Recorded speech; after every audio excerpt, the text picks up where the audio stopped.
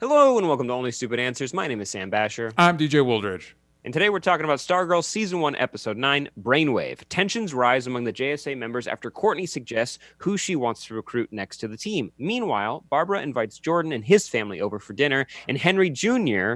makes a surprising discovery about his father. Now, this is very Brainwave-centric in both for the juniors and the seniors. And we were talking off camera, but I wanted to concur with you that I really like the tapes for Brainwave Senior. Like, he's got problems. Yes. And like, I like that you mentioned that there was depth, and it was like, yeah, that he was abused, and if he can only hear, if you have to dig into people's brains to hear the good thoughts and you only hear the bad thoughts all the time forever and ever and ever, and it has a physical reaction to you, you wouldn't like people either. Like, it doesn't make it better. Like, you're not a good person for tricking people, blinding people, giving them seizures and killing them. Like, you're a bad like, you are a monster.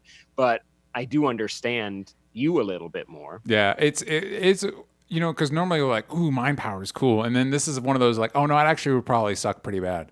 Mm-hmm. It probably would be real no good bad situation that you wouldn't want to have to deal with on a day-to-day basis. Very bad day for Mr. Brainwave Senior. Yes. Even though, and also Henry, I don't quite understand. I like him using his powers, but do the pills suppress his ability? Because sometimes he will like reach to take it, and then he'll use his telekinesis to pick it up, and then later, like, he's like using his powers, but then they're too much, and then he tries to take a pill, and then he drops it. And like they keep doing that over and over again.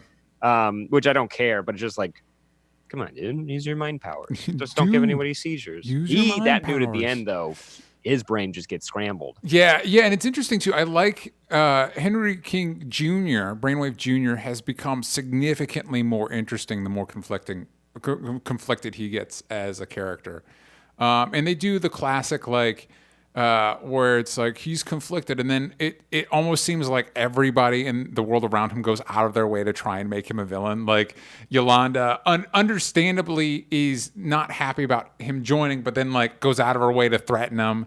And then the guy that's trying to I didn't even really understand the end where the guy's like, yeah, I need to sign his dad's life away so I can get all the money. It's like, I don't think that's how. Is that how that works? Do you get the money? Yeah. Like, what does that mean? And I like, and man, it does show some difficulty with telepathic characters in a visual medium. Yeah. Like in a movie or a TV show, where it's like you need the time for the character to hear the thought, and the thought can only come at the speed of speaking. So you have to have these long pauses where it's like, Henry, what are you doing? Pause for the thought. Mm-hmm. You okay? Yeah. Pause for an evil thought. And it's like, okay, like, I mean, like, what else are you supposed to do? Like, I mean, like, that's what I'm like. I'm not like really hating on it. It's just like, what are you supposed to do? It's just it very apparent in this show where like Stargirl will be like, hey, we got to help him. Mm-hmm. You okay? Yeah. It's like, wow, like you got to talk at regular speed. Regardless, I thought Henry King Jr. Did actually do a really good performance, and I wouldn't say I got that Yolanda went to go kill him. I get why she's mad. Yes. Justifiably. To like, and also, I mean, Henry, you did something bad, because I think we get like comments about this and stuff, like, and then people were like asking and talking about it, but it was like, I think the series of events are he gave the photo to Cindy, and then Cindy sent it out. I think that's what something happened. Along those lines, like, or maybe she took it from him, but he showed it to her. Like, he should have done better. He should have done better, and so it's kind of both. I think we can settle on it's kind of both his and Cindy's fault. Yeah, and I guess, and maybe he's just accepting the fact that he did that bad thing.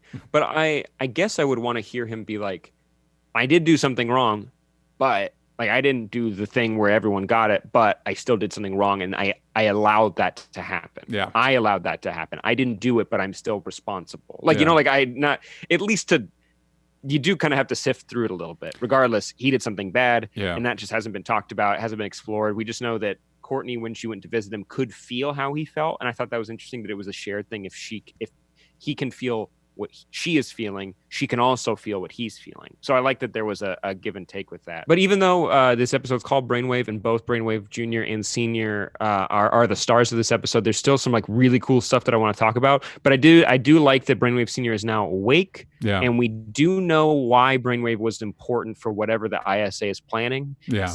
I'm gonna try to say it out loud just to see if I can understand it, because it feels very super villainy, very comic booky. Yeah. But I just want to make sure I get it. There is a machine that they made. Maybe Dr. Ito made it. Maybe the other ISA members made it. But it is, you're going to funnel telepathic stuff in it, and it's going to give off a wave of psychic stuff, and it's going to make people in 6 states think the way that the ISA wants them to think.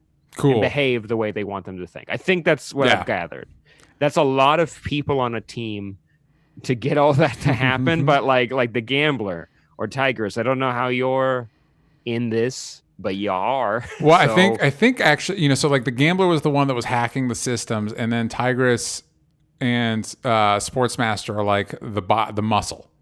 You know what I mean? And then Icicle is the leader, and we get a little bit more of him as he and his family have the creepiest dinner with Stargirl and her family, and do everything they can to be like, oh, you guys are kind of like secret Nazis, right? Like, is that what's happening right here? Yeah, I know you're Norwegian, but you're just like, if it was a different decade, you just would have been German. You just would have been. You would have just written you German, because. And I don't know. That's how we do. That's how we do. Yeah, and I don't know. I think I don't know if it's Norway, but I do know a lot of those. It's a big part of a girl with the dragon tattoo and stuff like that. Like, there's some of those like kind of those countries that we don't talk about a lot, those smaller countries that just a bunch of Nazis just ran to and now are just a part of that culture. Like, they're just there. So I don't know if that's Norway.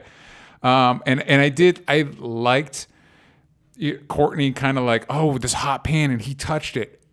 Must be Icicle. I'm like, well, that feels like a little bit of a leap, but I'm glad we're getting there, I guess. I'm glad we're just cutting to the chase a little bit. Agreed. And it was a bit of a leap, but I did like, man, I gotta say, Luke Wilson is great on this. Be a better parent, dude. You gotta just take the magic stick away from your daughter. Yeah. Just take it away. You can go put it in a box. I don't know if you chain it down, what happens. Like, do something. If you really don't like, it's not bothering me a lot. It's like, but he is a parent. Yes. Yeah. He is a parent. He can do a little better than like what he's currently doing. Like, and I like that the tease at the end is that the mom's gonna know to some extent what's happening. Finally. Yeah, when they were dancing around it again this episode, it's like either, at some point you gotta take a poop or get off the pot, as the saying goes. You know what I mean? The saying goes. It's the saying is specifically spoken. That's the verbatim how that saying goes. And so I'm glad that like she's going to find out. It'll be interesting to see how that affects stuff. And we also find out a little bit more of Pat's history. He was part of another super team before the JSA called the Seven Soldiers of Victory. And people might be familiar with them. You probably, if you're familiar with them, it's most likely either Grant Morrison's run from the early aughts, or even more likely that one episode in Justice League Unlimited where the Seven Soldiers show up. Patriarch, which is actually one of my favorite episodes. But the Seven Soldiers of Victory first showed up in Leading Comics #1 in winter 1941. They were created by Mort Wessinger, I hope I pronounced that right, and Mort Meskin. Mort Wessinger, by the way, also co-created Aquaman, Green Arrow, Johnny Quick, and the original Vigilante. And they were actually DC's second superhero team ever after the Justice Society. And traditionally, they include Vigilante, Crimson Avenger, Green Arrow and Speedy, Shining Knight, and the Star-Spangled Kid and Stripesy, along with regularly Crimson Avenger sidekick Wing, who was a product of his time. He was definitely like the Crimson Avengers version of Kato, basically. And he was kind of the unofficial Eighth Man. What's funny about that picture is that Crimson Avenger used to have like the trench. He looked like a red version of Green Hornet. And this Wings costume is actually a costume that Crimson Avenger got later, which was a more traditional superhero costume. So that was an interesting little addition. And also, if you look at the picture, Pat is full-grown adult Luke Wilson, Pat Dugan, and the person who will become Joel McHale's Starman is the Star-Spangled Kid is a kid, which again, it just makes the timeline of this show so confusing. Yeah, it's really confusing. And at least Doom Patrol came up with like season 2 is fully about why are they still alive? Yeah, yeah. Why are they not why have the humans not aged Yeah. at all? Yeah, but they have not taken a dive into that at all with this show whatsoever. Like with comic books, we accept it because it's a serialized novel. This is Yeah. you're making this an actual narrative show with Yeah. trying to make it a believable timeline. Like, and this is supposed to be like really approachable for a lot of people. Like, viewers should ask questions about this. Like, even though I will say, Seven Soldiers of Victory, big plus for the name. It's a lot cool. It's a cooler name than like All Star Squadron or anything like that. It sounds really cool, and great joke that there are 8 of them. And Yes. we used to fight about that a lot, even because it's 7 soldiers. Sounds really cool. And yeah, and Crimson, you're right. I didn't even think about that. All of those characters, besides Wing, showed up in that Patriot Act episode, right? I don't remember him being there, but like no, Wing was not there, but everybody else was. But Stargirl and Stripe are in it, and Green Arrow, Red Arrow, and Crimson Avenger. And Crimson Avenger shows up, and that's his big time to shine, baby. He's never gonna show up ever again. And Vigilante and Shining Knight. Shining Knight. Now we know Shining Knight's been on the show for a while. You guys speculated that the janitor was. Then he was confirmed that he had a sword and everything. So we still don't know what he's doing here in Blue Valley. Yeah. But we do know that the ISA moved here because it had the perfect sneaking around tunnels. Oh yeah, because of like a secret society that lived there before them. The other founding fathers. Cool. I'm sure they're great dudes. I'm sure they're great chill dudes. The other founding fathers. For sure. Yeah. In Nebraska. Yeah. Wait. Yeah, I don't. Listen, you know what? Let's not dive into that. We still have to unpack the timeline. I do. Going back to that picture real quick, it is fun to see like old school Green Arrow and Speedy. And I did wonder, like, if they had to have the conversation of like, can we just get Stephen Amell to do this one photo? That would be really cool. Like, what a great Easter egg joke that would be if he was like old school Green Arrow costume, but he's not. And it does. I have a lot of love for. Vigilante and Shining Knight and Justice League Unlimited. I thought they were utilized really well in that show for as silly. Like, that's the beauty of Unlimited, is that they were even able to incorporate some of the sillier heroes. You know what I mean? And so it's like, can we get Vigilante? If we're getting a season 2. This is a good segue. We're getting a season 2 exclusively on CW. But don't worry about the DC Universe app. It's doing fine. By the way, thank you, DC Universe, for giving us these press screeners early. Yes. I hope you're okay. But so I'm hoping we're getting season 2. Maybe we'll get Vigilante. Who knows? And more of them. Hey, maybe we'll finally see Green Arrow on the small screen. Who can say? For once. And comic accurate. You wear the hat and everything. Goatee. Give me the goatee. Wait, so real quick, though. My understanding was that Stripesy and the Star Spangled Kid were essentially the same age. And then you see this picture, and it's like, that is a child with full-grown Luke Wilson, Pat Dugan. Did I misunderstand? Like... What was your understanding of that dynamic? I'm just confused. Yeah. Because it's still a black and white photo. Like, regardless, even if that's just Luke Wilson standing there and they de-aged him a little bit, regardless, I still don't know the age of any of these people. I don't understand it. And like, I think next episode, I would hope that they would ask the question is like, yeah, the team was formed in the 30s. Yeah.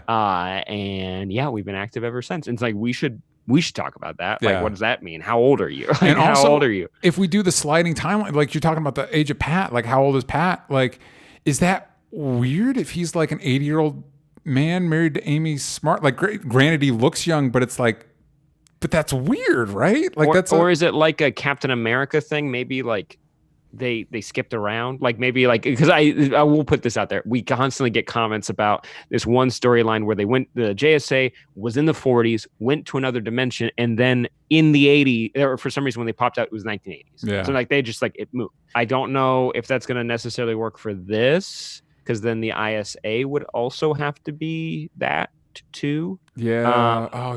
I feel like there was a really, they could have just jumped over all this by saying, listen, the Justice Society was active in the 40s. Pat became active around the 80s because that roughly would have been when Luke Wilson was a teenager. So the JSA was all old dudes, and then they died in the 80s when Luke was a kid, and now he's an adult and he still has the staff. And then we just skip all the, like, is Starman my dad? We skip all that. Luke was a teen sidekick character, like a snapper car, and I know that's not what he was in the comics. That was the bit for Star Spangled Kid, is that the kid was the hero and the sidekick was an adult. I get that, but this is a show; it can be different. He was a teen sidekick. The rest of them died in the 80s. He's now a grown adult man who probably has some PTSD because all of his friends when he was a kid were adults that didn't respect him and they all died.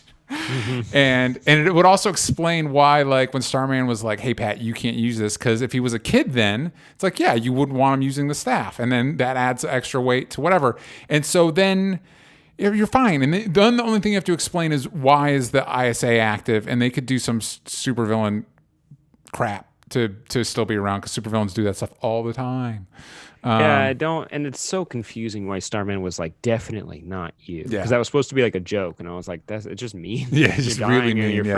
Your friend just tried to save you, and he failed. But like, come on, dude. So, and I do like that they're kind of filling it out with like other super teams with different superheroes. Like, this is a fully fledged like world of superheroes. Yeah. That people don't know about. I don't know what people's knowledge is of if like the world knew about the Justice Society, or what. Like, maybe that doesn't matter, but it is. I don't know. Like, I got questions. I'm wondering what that means for everywhere else on the planet, and not just this small town in Nebraska. Mm-hmm. But hopefully we get some clear explanations in the next episode that are just easy to understand. Like, I kind of. Just something, like just something that makes a little bit of sense, because this is very confusing, and it would be cool to see Shining Knight in like the costume before the end of the season. Agreed. Season 2, that's exciting. It's a bummer that it's not going to be on DC Universe. I get that when people make content, they want it on the one thing, because people don't want to share. Yeah. I get it, and especially with right now, like the Warner Brothers kind of pantheon of streaming services and channels, there's a lot of stuff getting spread around to different places, and it's a little confusing. So like, if you want to clear house and make it easier for viewers, I understand, but hey, DC Universe, we still love you. We love you over here. Yeah. But hey, let us know your theories down below. Do you think that the writers are going to go the more complicated way with this, or do you think they're going to kind of clear it up a little bit? They're going to make it a little bit easier for everybody, and to explain why they're all so old, because it's crazy that the kids haven't asked at this point. Like, Courtney, you should ask a question. You should ask one question. A black and white photo with a cowboy and a knight, and you're just like, yep. Sure thing. No question. Beth has those goggles, and it's like, yeah, this guy, it was invented by a guy who was born in 1900, and then he died in 2018, or it would probably be 2010. And she's like, sure. All right. No questions about that. Best friend. Yeah. So yeah, let us know in the comments down below what your theories are. Please like, subscribe, and share if you wouldn't mind. And you can follow Only Stupid Answers on Twitter. Sorry, I said it wrong, but yank out vowels. Yeah. At Twitter, yank out the vowels from stupid. There you go. But please consider supporting us on Patreon, or just a subscription here. Always helps out. And we'll see you guys next time. Bye-bye.